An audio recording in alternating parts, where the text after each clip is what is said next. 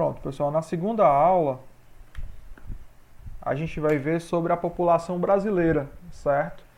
De qual é a característica, certo, da população brasileira, se ela é parecida com a população de outros países e como ela é composta, certo? Quais são principalmente a gente vai falar sobre as características e como a população brasileira ela se formou, certo? A gente consegue observar, né, nessa foto que a população brasileira ela é bem diferente, né? Ó. A gente consegue ver diferentes descendências, né?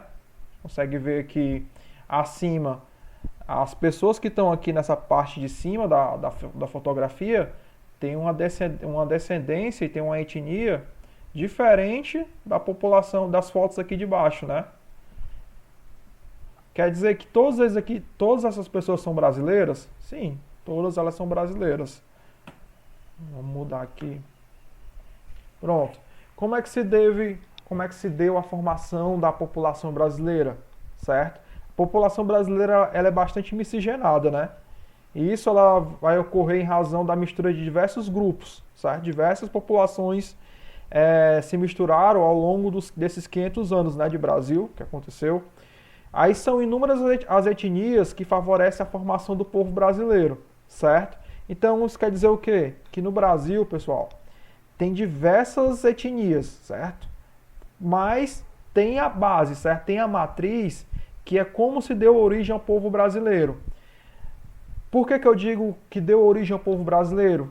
Mas, professor, não tinha brasileiro aqui antes de 1500, não? Não, certo? Tinha uma população, certo? Uma população indígena, população nativa, mas não era a população brasileira ainda, certo? A população brasileira, ela vai se dar a partir da miscigenação de 3 povos, certo? De 3 etnias, principalmente, que são a dos índios, né? Os índios eram os nativos, né? Quando os portugueses resolveram invadir, né, o Brasil. Não vamos falar o termo invadir, né? Resolveram povoar o Brasil, mas o Brasil já era povoado, né? Já existiam índios aqui, através da população africana, né? E dos imigrantes europeus. Esse imigrante europeu aqui é principalmente o português, certo? O português, quando se cair na prova falando assim, qual é a matriz populacional do Brasil? Qual é a matriz da população brasileira? É o índio, o africano e o português europeu, certo? Aí a gente pode até linkar com a aula passada, né? O africano aqui, ó, ele veio no tipo de migração forçada, certo? É aquela migração que os africanos foram capturados, né, lá no interior da África e foram vendidos aqui para os senhores, principalmente senhores portugueses, né, aqui no Brasil, para trabalhar na plantação, principalmente de cana-de-açúcar, no início do século, trabalhar nos moinhos de cana-de-açúcar. Então a base da população brasileira é qual? É os índios, certo? Os povos nativos, os africanos, certo? Vinham principalmente com os escravos, e o imigrante, o branco europeu. Essa foi a origem. Professor, mas lá em São Paulo tem um amigo meu que ele tem a descendência japonesa. Ele não é brasileiro não, ele é, certo? Só que essas outras etnias, principalmente alemães, italianos, japoneses, elas chegaram no Brasil um pouco depois, certo? Elas só chegaram aqui no Brasil com maior intensidade, né, com a grande quantidade, a partir do século XX, certo? Final do século XVIII, começo do século XX, certo? 1900, até 1950. Foi quando uma grande quantidade de europeus e asiáticos chegaram no Brasil. Deixa eu passar aqui. Aí, qual é a cor do brasileiro, né? Não sei se vocês se definem, qual a cor que vocês se definem, né? Mas a cor principalmente que a pessoa se define é a cor parda, certo? Como é que a gente sabe qual é a cor? Porque assim, não sei se vocês já viram no jornal, sempre o IBGE divulga, né? 50% da população é negra, é preta. 40% da população é branca. Aí 10% da população é parda. Como é que o IBGE, não sei se, acho que vocês conhecem, né? É o Instituto Brasileiro de Geografia e Estatística. O IBGE é ele que vai catalogar, principalmente, ele vai catalogar todos os dados que o Brasil tem, tanto dados econômicos, tanto como dados populacionais. Por exemplo, para saber a população de Itaitinga, o IBGE contabiliza isso. Ele faz toda a contabilização da população e também faz a estimativa. Não sei se vocês já viram, tem livros dizendo que o IBGE fala a estimativa da população do Ceará em 2030 vai ser essa. Quem é que faz esses cálculos? É o IBGE, certo? E de 10 em 10 anos, o IBGE ele faz um censo, certo? O que seria esse censo? Esse censo é uma contagem, é basicamente uma contagem da população brasileira, através de diversas características, certo? O censo, ele vai fazer a contagem para saber se a população ficou mais rica, tem uma renda melhor, tem uma higiene maior, certo? O IBGE, ele aplica questionários, e nesses questionários eles vão fazendo a contabilidade, certo? E em relação à cor, essa cor é autodeclarada, certo? A pessoa se autodeclara. Tipo, chega um pesquisador do IBGE na sua casa e pergunta, qual é a sua cor? Se você vai lá e define, eu sou pardo. Ah, não, eu sou moreno. Eu sou branco, certo? Até o ano 2000, o IBGE não era padronizado por algumas cores. Deixa eu voltar aqui.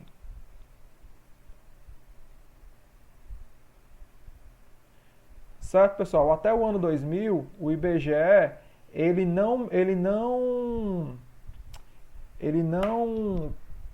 dividia em poucas cores, em poucas cores, né? Tipo, até o ano 2000 você poderia falar a cor que você quisesse. Ah, eu sou queimado do sol. Aí o cara lá ia lá e marcava. Fulano de tal tem a cor queimado do sol. Aí a partir dos anos 2000 o IBGE não definiu, as cores que o povo brasileiro tem que ter, né? É pardo, certo? Preto, branco ou amarelo, certo? A cor amarela a gente vai falar um pouco mais pra frente. Aí aqui vai falar um pouco, pessoal, da mistura, certo? Da miscigenação, O que seria a etnia cafuso, né? O que seria uma pessoa cafuso? É uma miscigenação entre o negro e o índio. O caboclo, entre o branco, principalmente o branco português, e o indígena. E o mulato é o negro com o branco, certo? Estima-se que na época os portugueses, quando chegaram aqui no Brasil, né, 1500, haviam 2 milhões de indígenas. Em 2000, 700 mil brasileiros se declararam indígenas, ao responder o censo demográfico, aquilo que eu estava falando, é autodeclaração. Você se identifica com uma etnia e você declara ela para o censo. Aí, os brancos chegaram tanto na condição de proprietários de terra, né, como na de camponeses, trabalhadores urbanos ou aventureiros. Aqui é mostrando como é que os brancos chegaram, né, 1500. Já os negros chegaram como escravos e no total foram mais de 4 milhões de negros que vieram da África aqui para o Brasil, certo? Esses 4 milhões vieram de uma vez? Não. Eles vieram ao longo desses 300 anos de escravidão, certo? Ao longo desde 1530 até 1888 não, mas se eu não me engano acho que foi em 1860 que proibiram o tráfico negreiro, mas eu posso passar essa informação melhor para vocês na próxima aula. 1888 foi quando acabou a escravidão, né? Mas acredito que o Thiago tenha falado para vocês que teve outras leis, né? A lei do ventre livre, a lei do sexagenário. Aí só em 1888 foi que realmente a escravidão acabou no Brasil. Aqui é mostrando mais ou menos, né, o que eu tinha acabado de falar, em forma de figuras, né? O mulato, o caboclo e o cafuso. Certo? Aqui nessa figura, a gente pode ver no quadro da Darcília do Amaral, ó, a gente pode verificar aqui, ó, no quadro O Povo Brasileiro, as diferentes etnias, né, ó. A gente pode ver aqui, ó, as pessoas amarelas, brancas, certo? Negras. A grande miscigenação que acontece ainda no Brasil, né, nesses últimos 500 anos. Aqui nesse mapa, pessoal, vocês vão visualizar. O que é que vocês conseguem identificar nesse mapa aqui, ó? Alguém pode falar?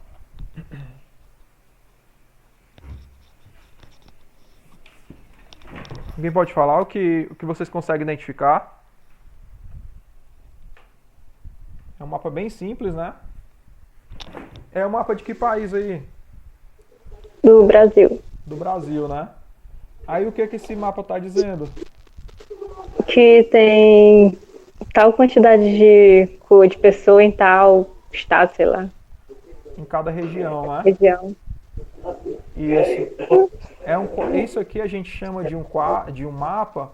E nesse mapa aqui é um mapa temático, certo? Está mostrando um tema.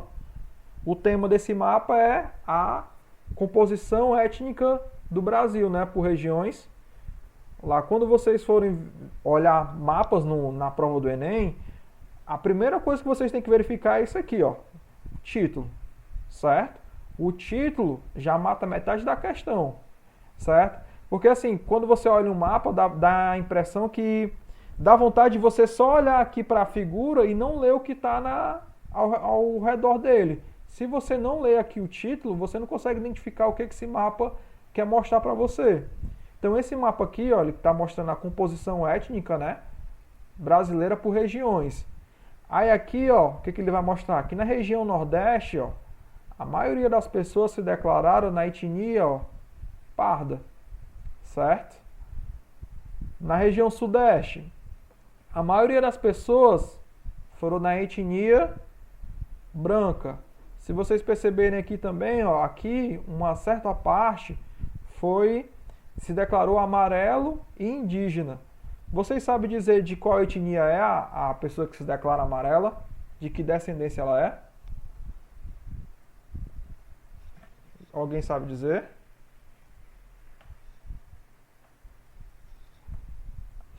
A etnia amarela, pessoal, ela vem dos povos orientais, certo? Os povos orientais, principalmente japoneses, coreanos, a cor declarada por eles é a cor amarela, certo? Se a gente perceber também nesse mapa aqui, ó, pelo tamanho do círculo, a gente consegue ver também a quantidade de pessoas morando, ó. Você vê que quanto maior esse círculo aqui, ó, quanto maior esse gráfico, maior vai ser a quantidade de pessoas, ó. Então aqui a gente também consegue identificar qual é a região mais populosa do Brasil, né, ó, que é a região Sudeste, ó, com quase 80 milhões de pessoas. E a região menos populosa no Brasil é a região Centro-Oeste, né, ó, só com 13 milhões de habitantes, certo? Então nesse mapa aqui, ó, dá para você ver várias informações, principalmente a divisão, né, das pessoas por cor de pele.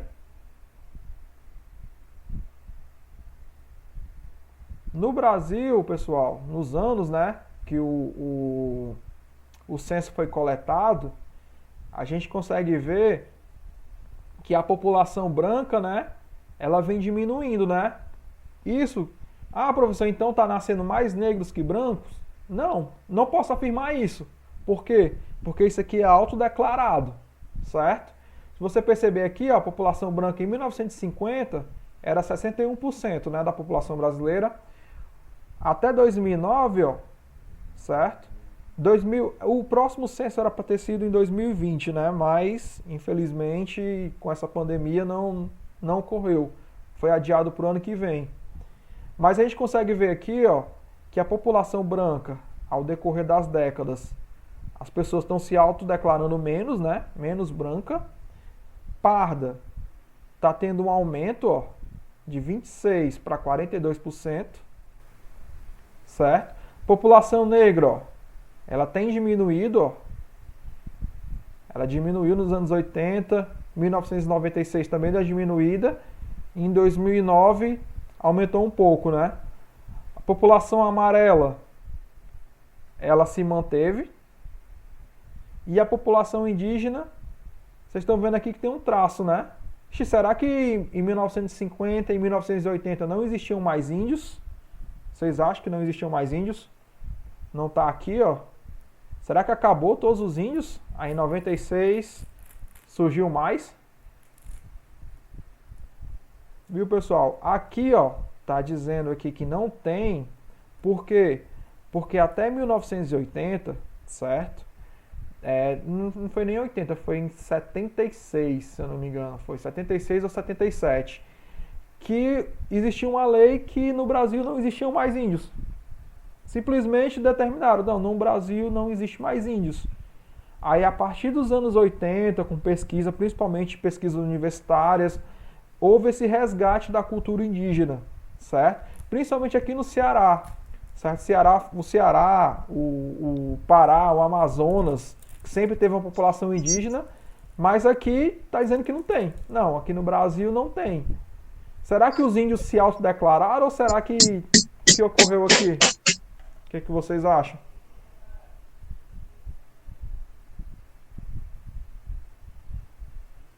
Estranho, né? Aqui.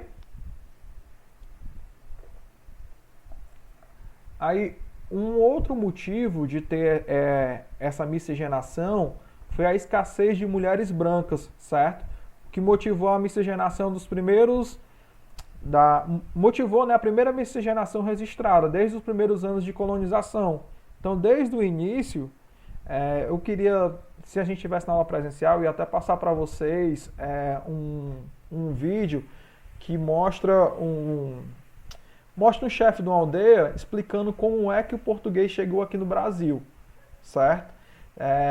Porque a gente tem na imaginação que os portugueses chegaram com sua esquadra e já foram dominando os índios, já foram derrubando, destruindo, invadindo o local onde eles moravam, né?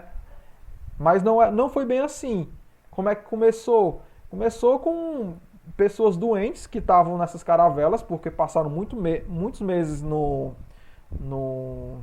mar, certo? Nessa travessia, estavam doentes. E quando chegaram na praia, quando chegaram lá na Bahia, a população estava quase morrendo. Foram os índios que ajudaram essa população portuguesa, esses tripulantes portugueses, a se recuperarem, certo? E a diferença dos portugueses para a população indígena era brutal, certo? No Brasil tinha quase 5 milhões de índios, certo? Da população local, e portugueses tinham 300 no máximo, 300, 400, certo? Então, a partir ao decorrer desses anos, dos anos iniciais de descobrimento do Brasil, foi que houve um outro movimento para os portugueses conseguirem ter esse domínio, certo? No Brasil, é tanto que nos 30 primeiros anos, de 1500 a 1530, o Brasil era visto por Portugal só como uma terra nova, certo? Uma terra nova de ser descoberta. Mas não tinha ainda o interesse, certo? Nas riquezas que o Brasil podia propiciar. Aí aqui vai mostrar, ó, que na abolição da escravidão, né, os negros representavam 13% da população brasileira. E os mestiços, ó, já chegavam em 40%, certo? Aí, com isso, pessoal, houve algumas teorias, certo? Algumas teorias racistas da época que se baseavam na crença em que o negro era inferior, certo? O negro era inferior ao branco, certo? Por que muitas pessoas, principalmente na década de 50, 60, se declaravam pardas, não se declaravam negra? E isso é um dos motivos, ó. Isso aqui é um dos motivos. Porque se você se declarasse negro, era um motivo de você ser diminuído. Era um motivo lá das teorias, principalmente as teorias eugenistas, certo? Não sei se vocês já viram essa palavra. A teoria eugênica ou eugenista, o que ela vai dizer? ela vai dizer que a partir de um traço, a partir da sua... Quem usou isso muito foi Hitler, certo? Hitler usou bastante essa teoria. O que essa teoria quer dizer? Essa teoria diz que a partir da sua estrutura, a partir do seu sangue, né? Literalmente do seu sangue, da sua cor, você tem um raciocínio melhor, você é mais inteligente, você é mais adaptado, certo? Ao mundo do que uma pessoa negra. A pessoa negra era tida como o quê? Como uma pessoa que é mais na atração, na força, como se fosse um animal, certo? Isso a teoria eugenista fez muito. Um país e um país que tivesse muitos negros era sinônimo de um país mais atrasado, certo? Por isso que muitas pessoas eram negras nos anos 50, 60, só que se denominavam pardas, para não passar por esse tipo de preconceito. Esse preconceito era tão grande que até no futebol isso refletiu. Não sei se vocês gostam de pesquisar sobre a origem do futebol, mas o futebol, até os anos 20, certo? Anos 20, anos 30, era proibido ter um negro jogando futebol, certo? A Copa de 50, quando o Brasil perdeu para o Uruguai, perdeu lá no Maracanã, né? Acho que foi 2-0, se eu não me engano, ou foi 2-1. Culparam a seleção brasileira. A seleção brasileira era composta em sua maioria de negros.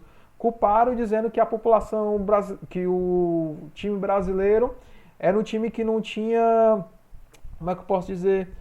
Ele não tinha emocional, não tinha emocional para conseguir ganhar.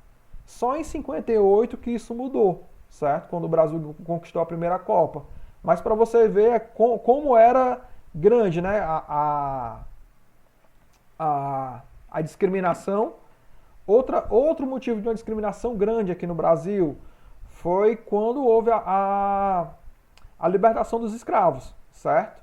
Na libertação dos escravos, tipo, se você era escravo naquela época, quando teve a abolição, o governo não deu nenhum suporte, certo? Não deu terras, não deu um dinheiro para dar um suporte para essa população escrava, brasileira escrava, né? Porque já existiam escravos brasileiros ao longo de 300 anos, não deram dinheiro, não deram assistência para eles conseguirem se manter. Ah, professor, mas isso aí não é dever do Estado, não. Por que o senhor está dizendo isso? Porque isso aconteceu com os europeus, certo? Muitos europeus, principalmente no início do século XX, desculpa, que vieram aqui para o Brasil, italianos, principalmente italianos, né, alemães, eles vieram aqui para o Brasil e quando eles chegavam nos portos brasileiros, eles ganhavam um salário, não nem um salário, mas eles ganhavam uma renda, um dinheiro e ganhavam um pedaço de terra para iniciar a sua vida. Peraí, mas por que um europeu que está chegando agora no Brasil tem essas regalias e por que a população escrava, quando o Brasil foi abolido, não teve? Dá para vocês me ouvirem bem, pessoal? Tá cortando um pouco o áudio, Roberto. Tá cortando? Pera aí. Deixa eu ver se eu consigo melhorar. E agora, vocês conseguem me ouvir? Ficou melhor? Mesma coisa? Vou mudar aqui pro outro, peraí.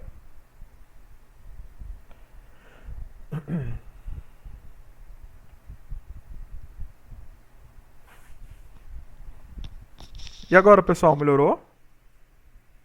Ou mesma coisa? Agora sim. Ficou melhor? Agora tá melhor. Pronto, qualquer coisa, se tiver ruim, vocês falem, certo? Que eu não consigo ouvir o áudio nem olhar para a tela de vocês.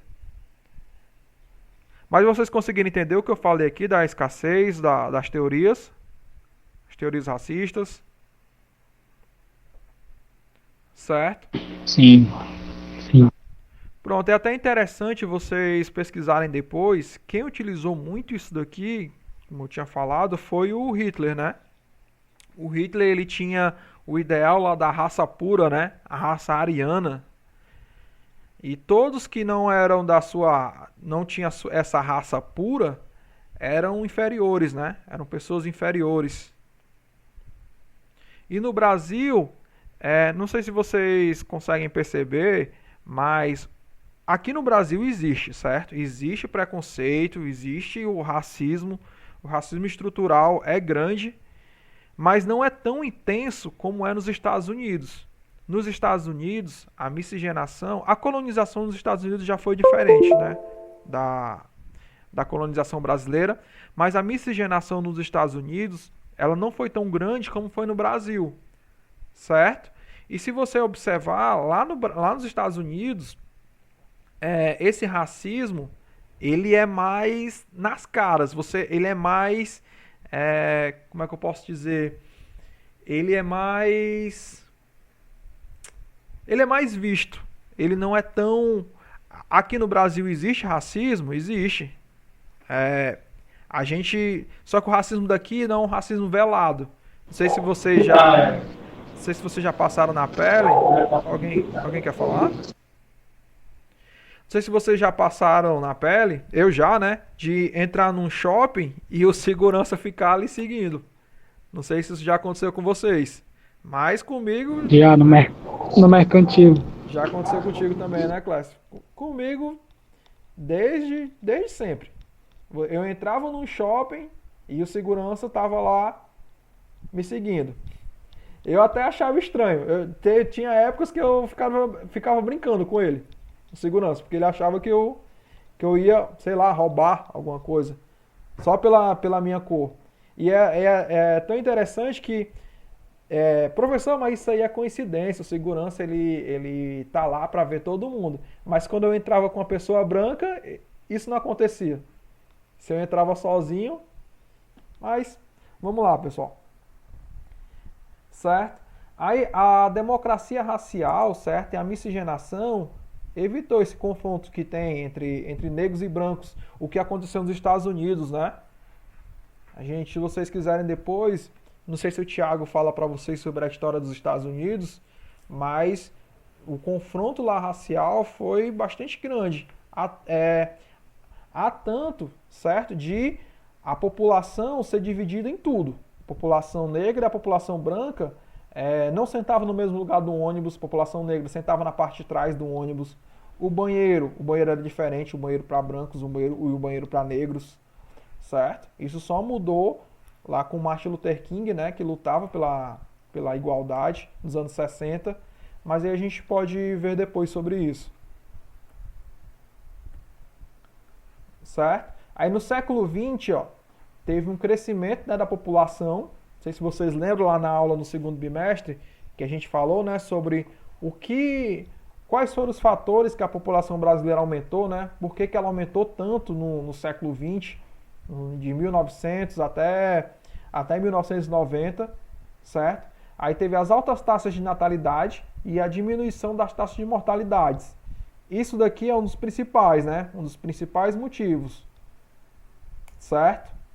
Nasceu muita gente e devido à evolução da medicina, principalmente, né? Morreu menos pessoas, principalmente nos países mais desenvolvidos. Teve um avanço tecnológico, teve a melhoria nas condições sanitárias, né? A população começou a ter banheiros em casa, certo? Teve um tratamento da água melhor, avanço na medicina, industrialização, infraestrutura, isso tudo aqui favoreceu para ter um aumento da população. No século XXI, aí já é o contrário, teve uma desaceleração do crescimento da população. Teve uma diminuição tanto da taxa de natalidade, como a diminuição da taxa de mortalidade.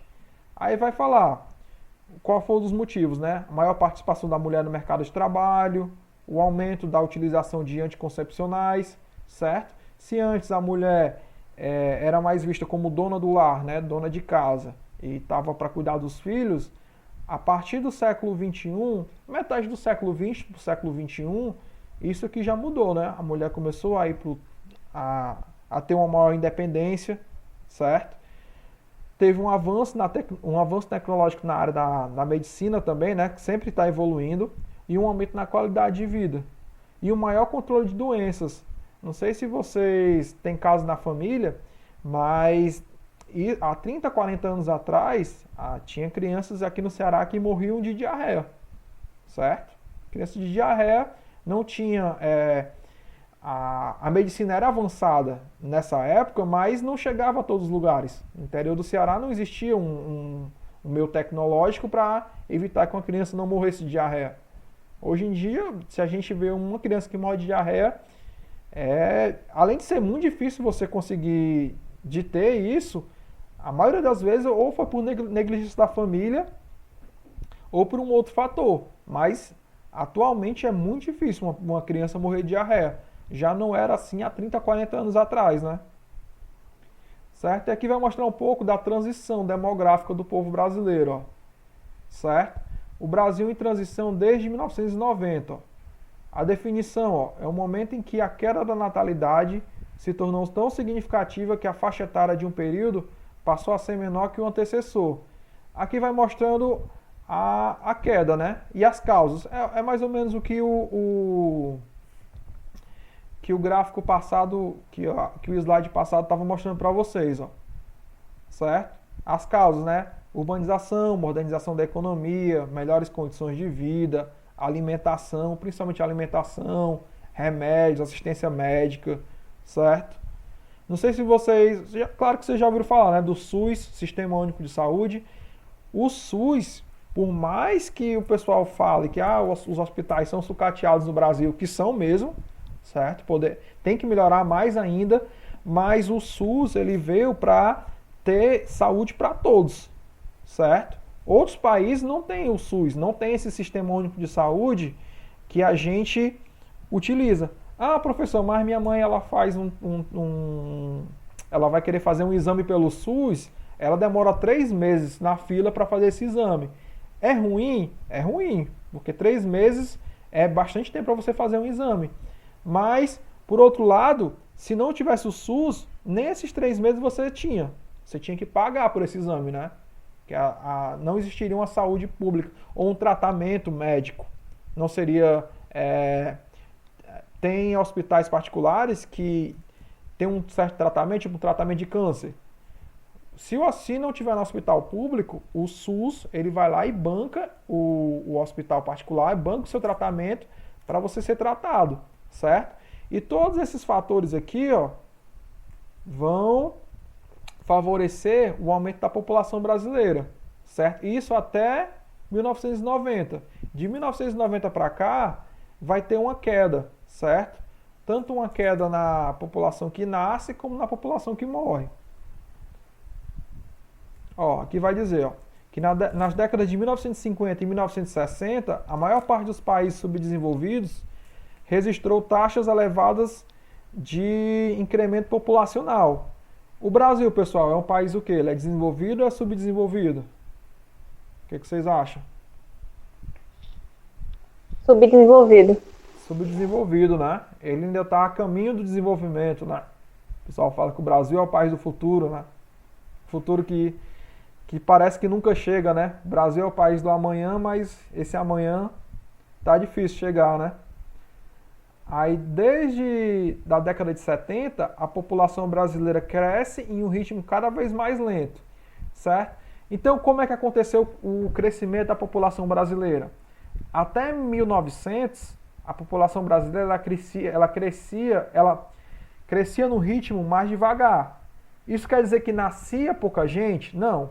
Nascia muita gente, mas também morria muita gente, certo? Aí com essa evolução dos remédios, a evolução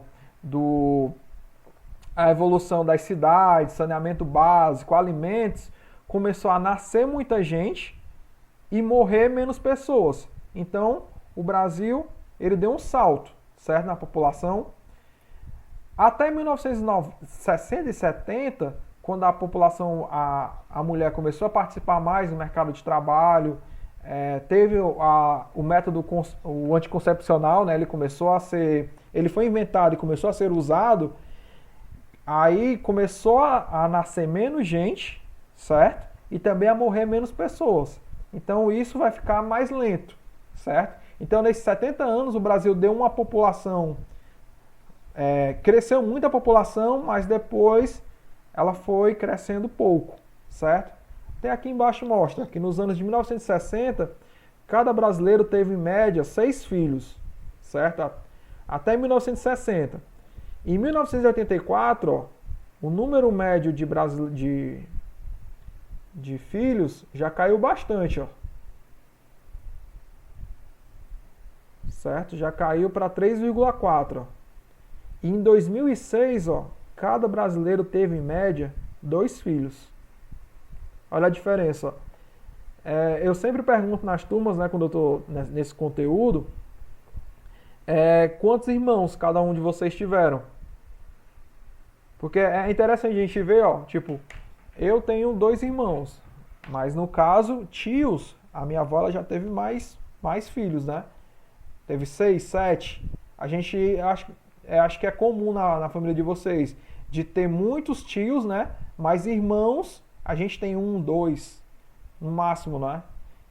Claro que tem as exceções, né? De pessoas que têm mais, mas em média, em geral, a gente tem 2 irmãos. Você vê a diferença, né? Aqui vai mostrar, ó, também a taxa média do crescimento anual da população, ó. Certo? A população ela vai crescer, ó, ela vem crescendo, né?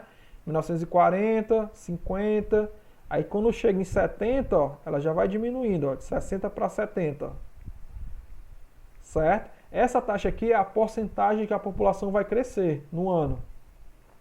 Como essa porcentagem aqui, digamos que a população ela é de 10 habitantes, certo? No local, ela tem 10 habitantes.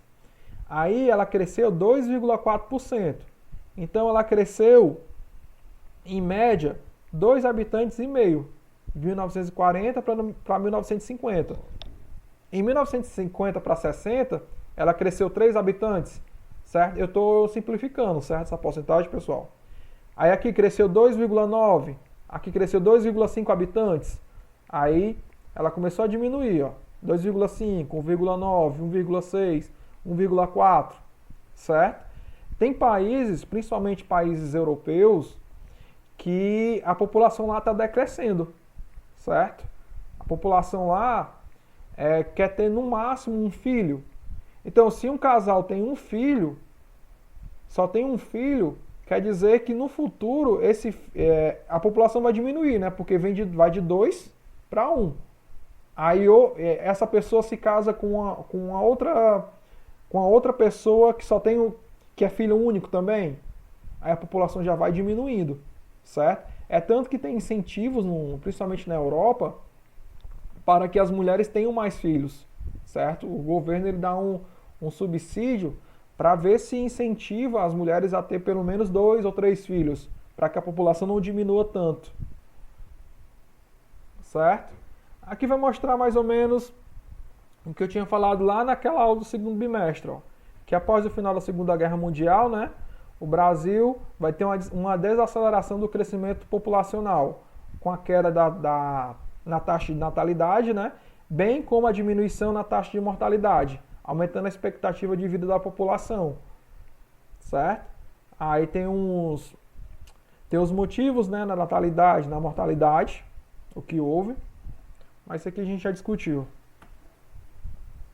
Aqui também vai mostrar um pouco, ó, desde o censo, ó, o número de habitantes que a população brasileira tinha, ó, de 1870, e aqui tem aquelas previsões, né, ó, de 2020, é para ter 219 milhões de habitantes. Em 2050 a estimativa é 259, ó, mas a gente consegue ver, ó, que em 8 anos a população quase dobrou, né, ó. 8 não, 18, desculpa. Foi de 9 para 14. Aí em 10 cresceu 3.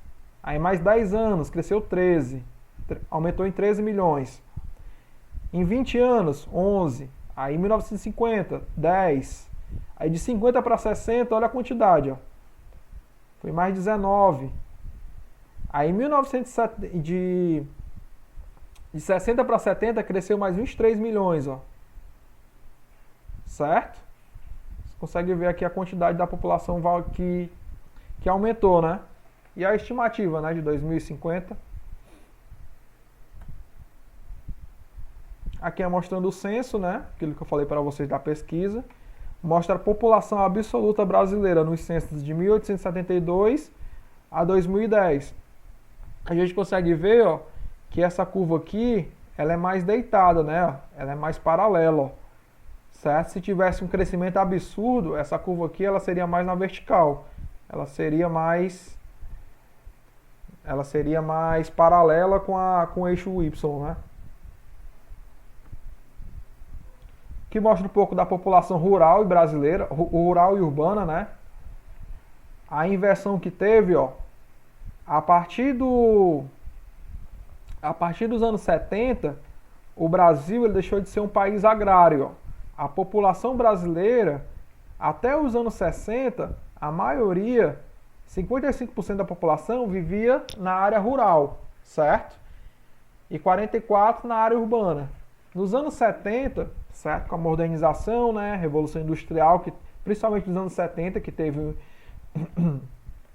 uma industrialização muito grande no Brasil, a população urbana, ó, passou a ser maioria. Então, o Brasil, nessa década aqui de 1970, deixou de ser um país agrário para ser um país urbano. E só vem diminuindo, né, a população rural. Ó. 1980, ó, era 32%, agora é 67%. 2005, ó, olha a diferença da população rural para a população urbana no Brasil. Isso aqui, ó, vai se refletir onde? Ó? Deixa eu mostrar aqui para vocês. Vai se refletir aqui, ó. Nesse mapa aqui, pessoal, a gente consegue ver, ó, a distribuição da população brasileira. Ó. Onde é que a população brasileira está distribuída? Ó? Está principalmente nas capitais, né? Ó. A gente consegue ver aqui nas capitais. E no litoral, certo? Elas estão na área mais urbana do país, ó. Olha a diferença aqui dessa parte mais vermelha para essa parte mais amarela. Centro-oeste, o norte, certo? A gente chama isso aqui de densidade, né? Vocês lembram lá o que seria a densidade? Como é que calcula? Como é que calcula a densidade, a concentração? Eu falei lá no segundo bimestre, né? Não lembro. Como é que a gente sabe a densidade de uma área? A gente pega a população, certo? Dessa área. Vamos lá, vamos dizer que Itaitinga, certo? Em Itaitinga, vamos dizer que a Itaitinga tem 1.000 habitantes, certo? E vamos dizer que Itaitinga tem a extensão do seu território, a sua extensão do território é de 10.000 quilômetros quadrados. Vamos botar menos, vamos botar de 1.000 quilômetros quadrados. 1.000 quilômetros, certo? Então vamos dizer que Itaitinga tem 1.000 quilômetros, não, 1.000 quilômetros é muito. Vamos dizer que Itaitinga tem 1 quilômetro, certo? Então a população de Itaitinga são 1.000 habitantes e Itaitinga tem 1 quilômetro, certo? A sua extensão. A densidade é eu fazer essa divisão. Eu vou dividir a população pelo tamanho do espaço, pelo tamanho do território, certo? Aí nessa divisão eu vou saber qual é a densidade. Eu vou saber quantos moradores tem por quilômetro nessa cidade, certo? Ó, aqui tem mais ou menos explicando, ó, a população relativa e a densidade demográfica do Brasil, ó. O Brasil, ó, digamos que aqui ele está mostrando que ele tem 190 milhões de habitantes, certo? E o tamanho dele, ó, é 8.547.000 quilômetros quadrados. Fazendo essa divisão aqui, ó, então por quilômetro quadrado, a gente vai ter 22,2 habitantes, certo? Então, por quilômetro quadrado no Brasil, existe 22,2 habitantes. Aqui ele mostra até no mundo também, ó. No mundo tem 6 bilhões e 500 milhões de habitantes. E o mundo tem 149 milhões de quilômetros quadrados. Então, eu vou dividir aqui para ver quantos habitantes tem em cada quilômetro quadrado, certo? Por que eu não posso dizer que isso aqui é o real? Que tem 43,6 quilômetros, tem 43,6 habitantes por quilômetro quadrado? Porque existe a concentração, ó. Olha a diferença aqui, ó. Existe a concentração populacional, ó. Tem países, ó, tem regiões que tem uma concentração de pessoas bem maior do que outras, ó. Olha a diferença aqui da região norte, ó, para a região nordeste. Certo? Aqui é no geral. Se é aquele lance, vocês lembram lá que eu falei sobre o que era um país populoso? Alguém sabe? Alguém lembra lá? Eu falei no segundo bimestre, né? Sobre o que era país populoso e sobre... principalmente sobre o país populoso, né? Sobre qual era a definição de um país populoso.